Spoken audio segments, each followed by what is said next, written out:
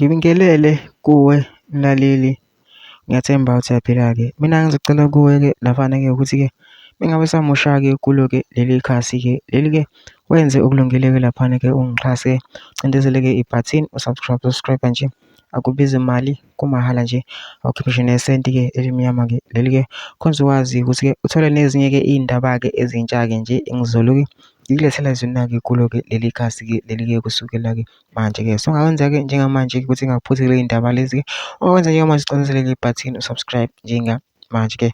Udaba ngilethele lona namhlanje, ngilethele lena-ke ividiyo-ke yomlisa-ke ekhuluma-ke enye-ke into-ke laphana-ke esusayo-ke laphana-ke ethi-ke i-MK-ke upresident omusha-ke laphana-ke uJulius Malema waveza-ke nokunye nje impela-ke okungaqondakali laphana-ke, kodwa-ke angifuni ukuthi wezwa ngami-ke mina phela nje into engizenza nje ngizodlala-ke ividiyo yakhe lo mlisa-ke uzuzwele wena-ke ukuthi uthini-ke. Mina ngizocela lapha masuzwile-ke le vidiyo ungene ema-comment section ufike ushiye umbono wakho ngalo-ke lolu daba-ke lokhu-ke ukuthi-ke wena-ke ucabanga kanjani-ke. Masicindezele nebhathini nje subscribe nje, akubizi imali, kumahhala nje ukhiphishe nesenti-ke elimnyama-ke leli-ke kwenza ukwazi ukuthi-ke usele nezinye-ke iy'ndaba-ke ezintsha-ke nje engizolo ngilethela zona-ke kulo-ke leli khasi-ke leli.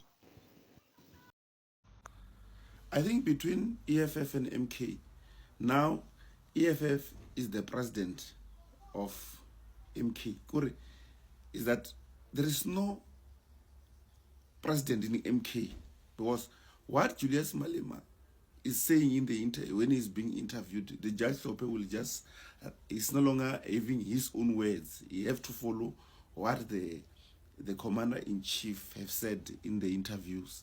So Malema there is playing a very good move there.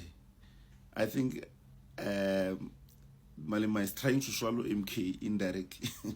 Watch and learn. If MK does not have a president who's representing them, they are being represented by Julius Malema.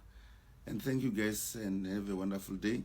Please, I want you to press the plus sign to follow me and also like my video. I thank you very much.